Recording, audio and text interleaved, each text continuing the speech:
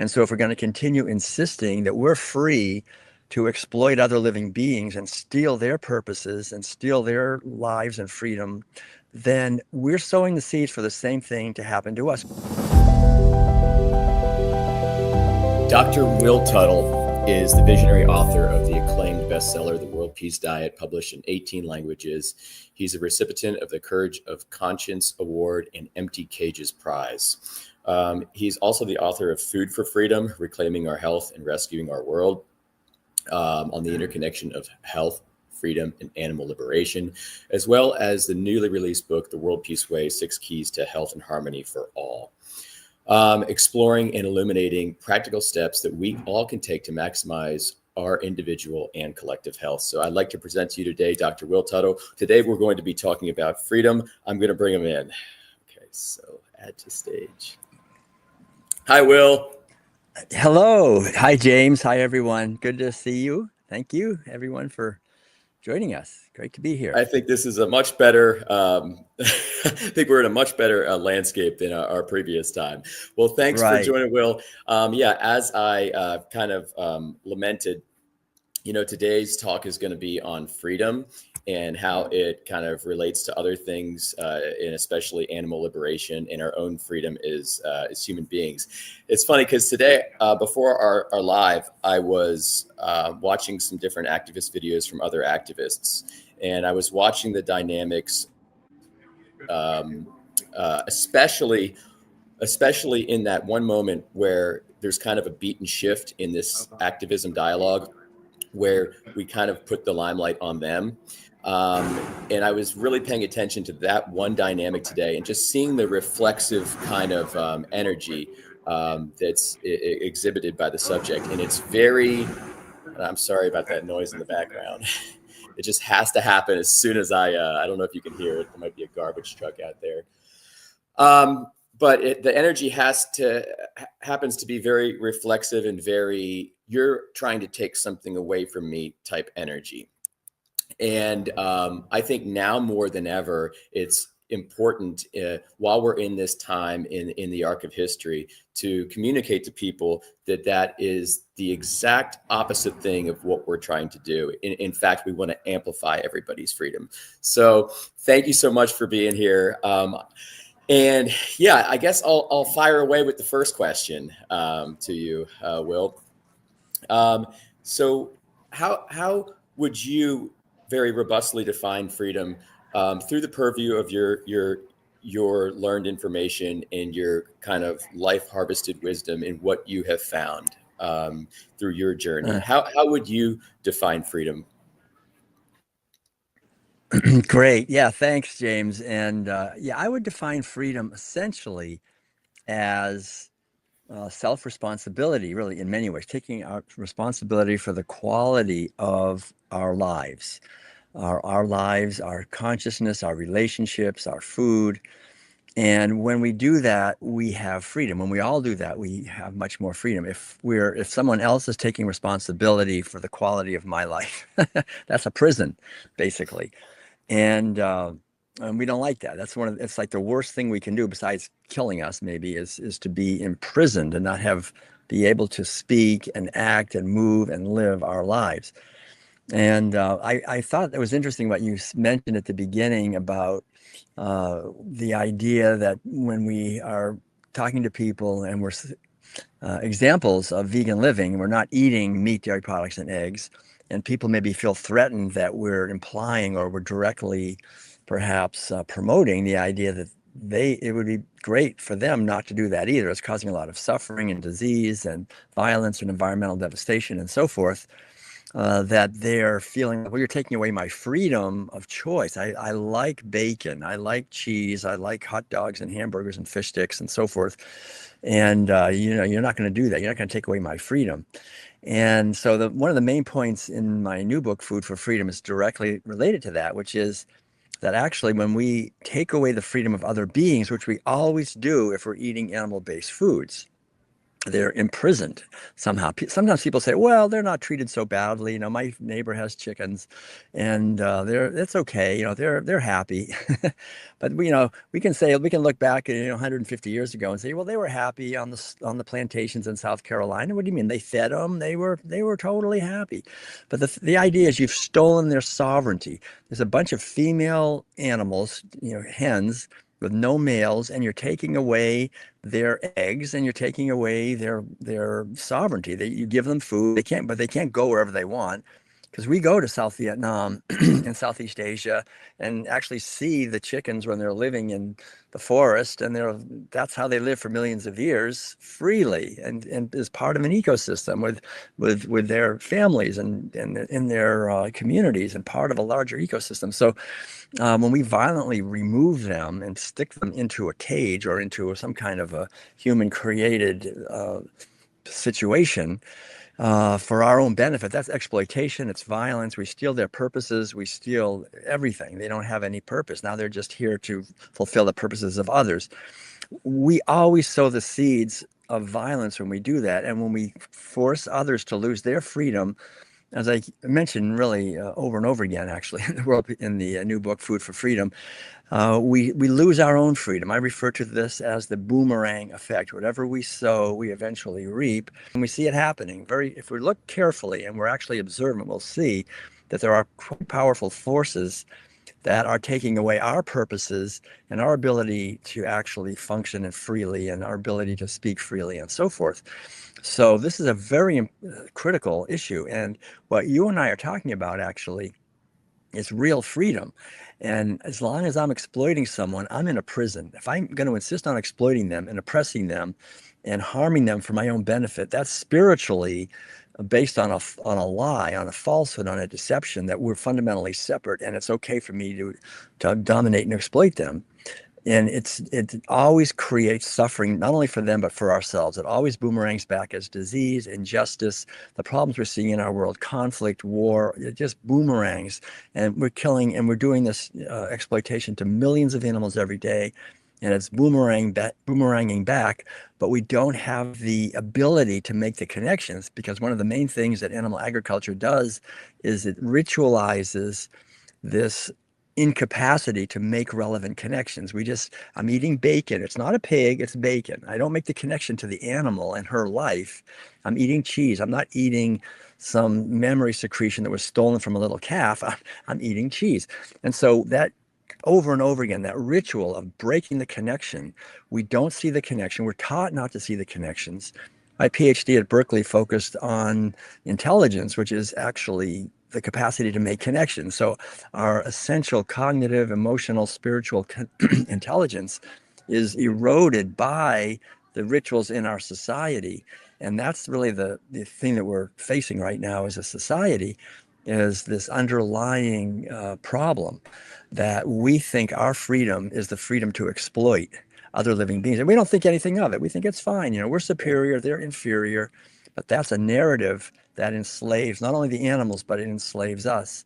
And we found during, I think, the COVID whole period and everything, how willing people were to give up their freedom. They were willing. They were almost like asking to give up their freedom. And I think that's really the issue that we're facing, is that this willingness to give up our freedom when we should be actually protecting our freedom of speech, of assembly, of religion, and of the press, and of bodily autonomy. I mean, without these, we're slaves, really, and we'll be passing on a world to our children of slavery as well. So the enslavement of animals is really the enslavement of ourselves if we're not very careful. Yeah. Wow. Well, thank you for that insight, Will. I think that makes a lot of sense on a lot of different levels. And, as far as animals, we know that animals, and a lot of people might posture that, well, we really don't know if animals want their freedom. And I think you mentioned recently, like some examples of how that's very so not the case. Like when a fox gets trapped, it will very much so vehemently be against that and somebody trying to take their essential freedom from them, and they'll bite off their own leg just to get free. There are inherent kind of natural mechanisms inside animals, and and they want to be free just like us. So I think that's an important thing to understand too. Yeah, we actually have a garden, and at one point, we put up a nylon fence to keep the deer out of our eating everything.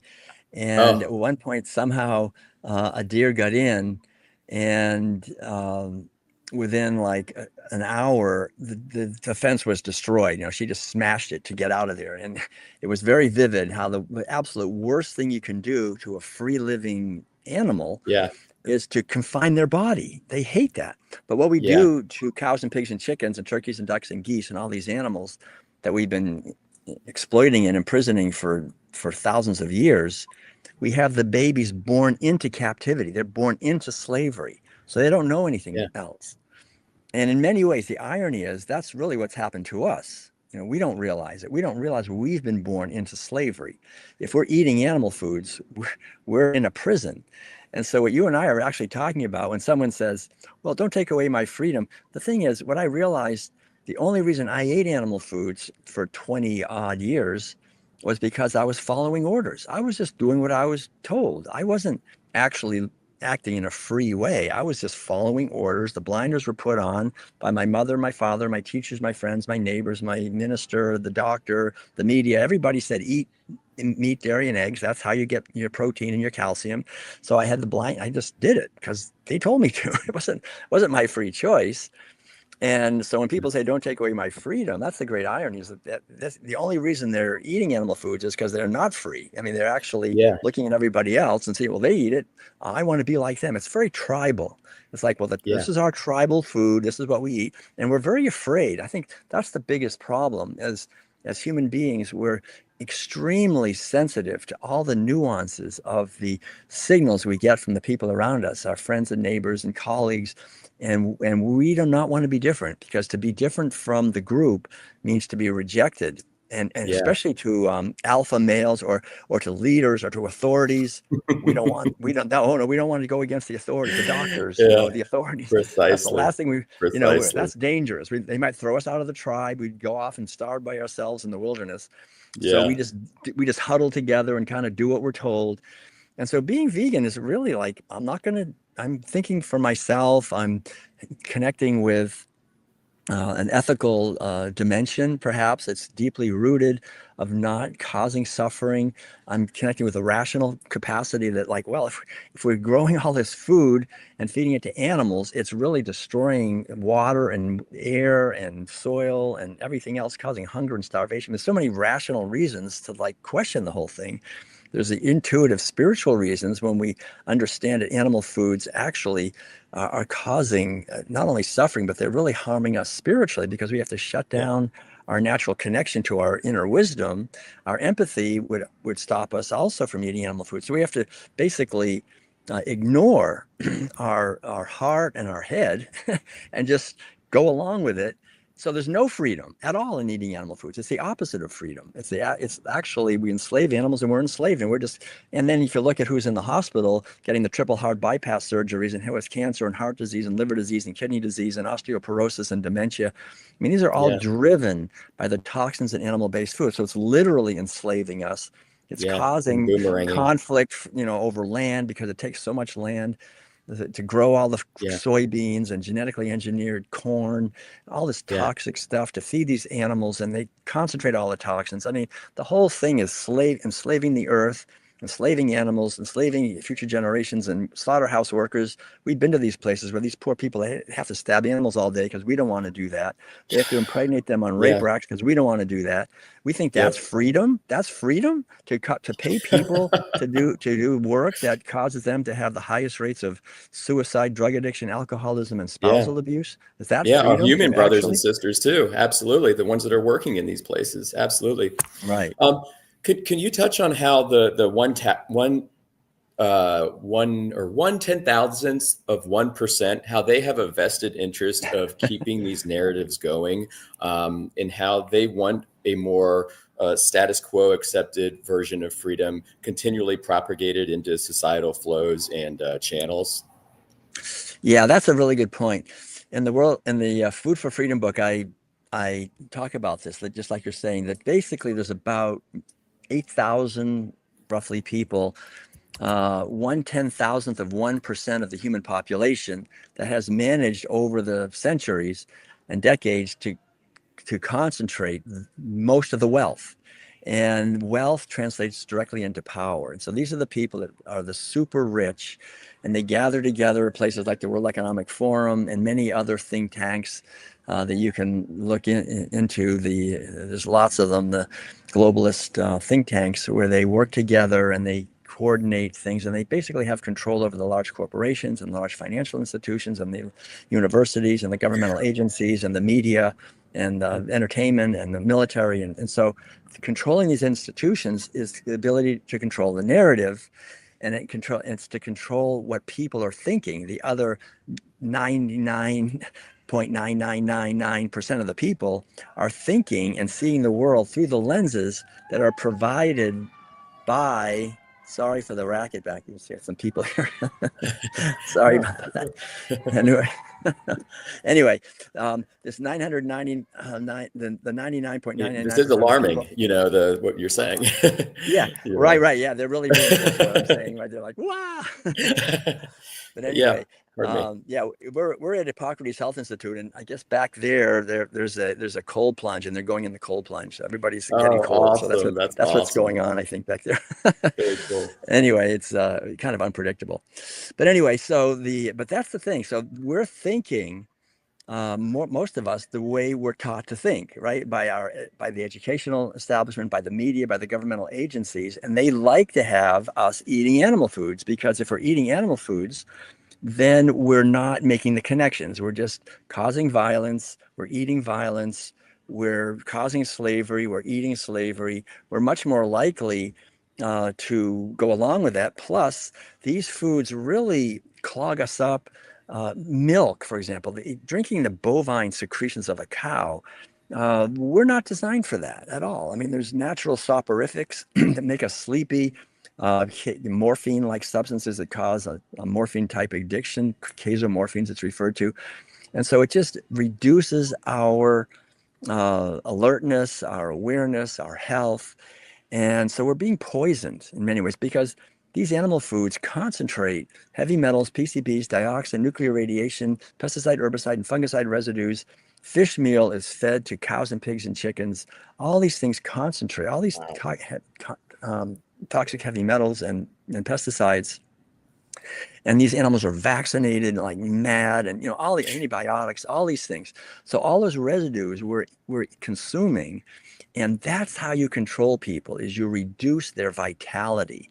You reduce their capacity to make connections and to see things. You get people being autistic, really. I mean, you just poison them with poisons going into their bodies through the food, the air, the water, medications, all these things, just like we do to animals. The irony is, like I talk about in Food for Freedom, this whole armies of scientists that actually work on trying to create new species and lines of subspecies of cows and pigs and chickens and goats and sheep and turkeys that are fat and don't mind being confined. They don't, so they just kind of sit there and let us fatten them up. They don't get aggressive and start attacking each other. They're really trying to create animals that from the time they're born have broken spirits, because that's better for profits.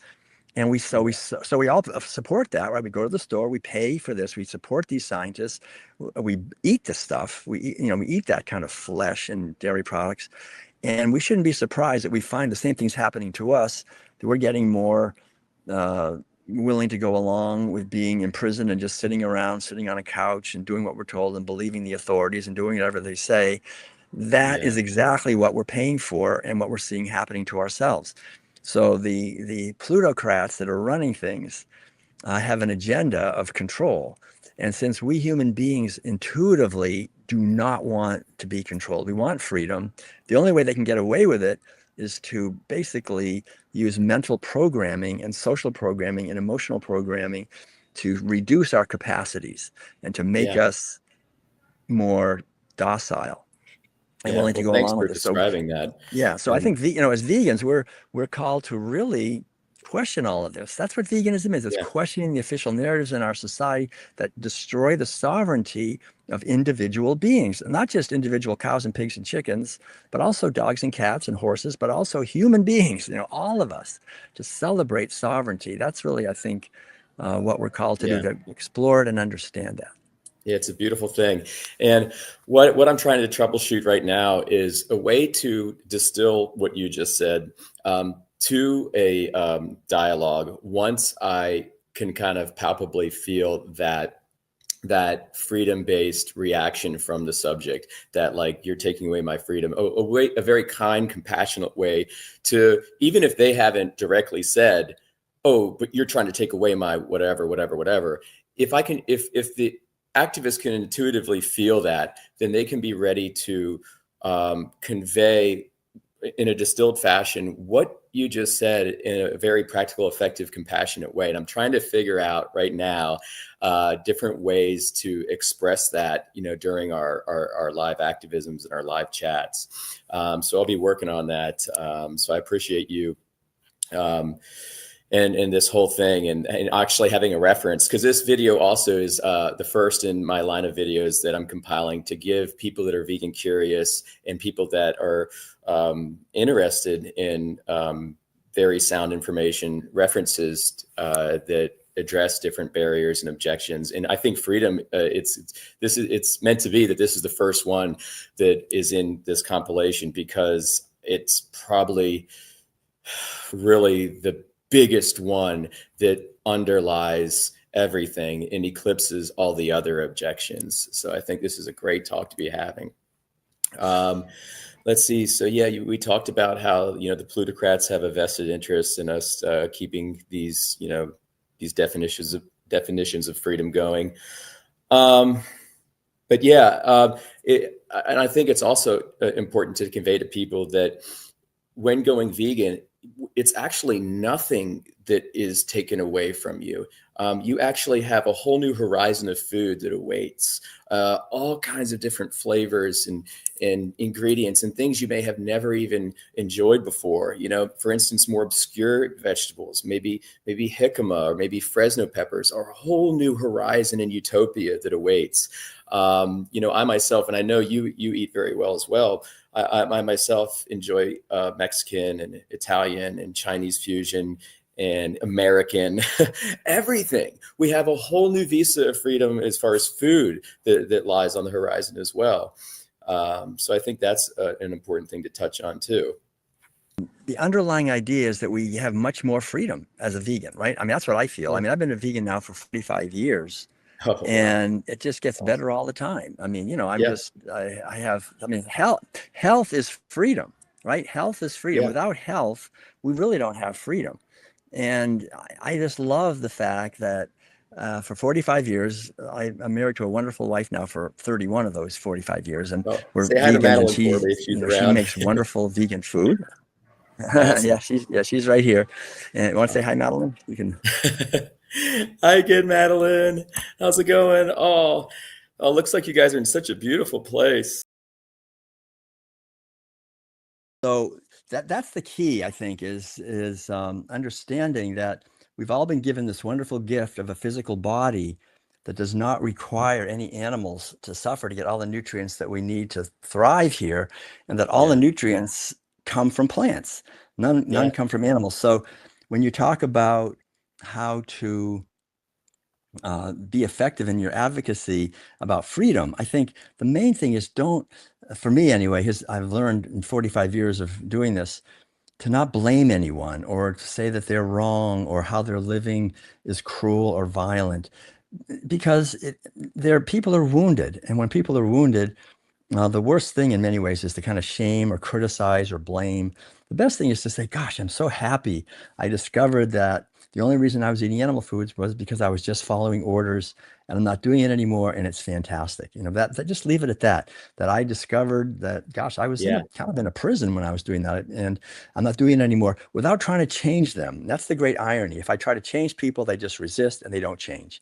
If I don't try to change them and just do my best to become what veganism is, which is loving, veganism is love.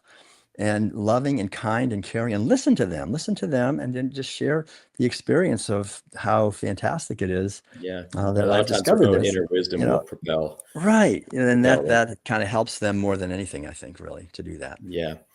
Yeah, absolutely. Well, moving forward, I'm going to take this into my outreach as well. It's yesterday in my outreach I did yesterday. I actually mentioned to the chat what veganism really is. It's an official questioning of narratives, and I think that was receptive pretty good. And just tried to explain that that's really, it's not really about only food. It's a questioning of narratives, and yeah, food comes into it, and many other things come into it. But yeah. Let's Yeah, see. I love that, James. That's really good. Questioning the official narratives and just doing our best to be a force for the solutions to the problems rather than just being part of the problem, right? And getting to the Yeah, root of the problems, which is really our treatment of animals. The billions of animals are killed by us, and we pretend like it's no big deal. And yeah, that's, I think, the thing to understand that's we've learned that we that's have. fine, but Yeah, that's not something that we feel in our true there was nature. a lovely lady I was doing some outreach with about a week ago, and she came into my I guess purview where I was doing activism, and I just explained to her the process of what we pay for when we pay for dairy, and she was very sweet, very nice lady. But as soon as I started, she was like, "No, no, no, no, no! Don't tell me! I don't want to know! I don't want to know!" And, Right. and I was like, "But but you were a little curious. You came over, right?" And so I continued, and I continued, and then again, "No, no, no, no, no!"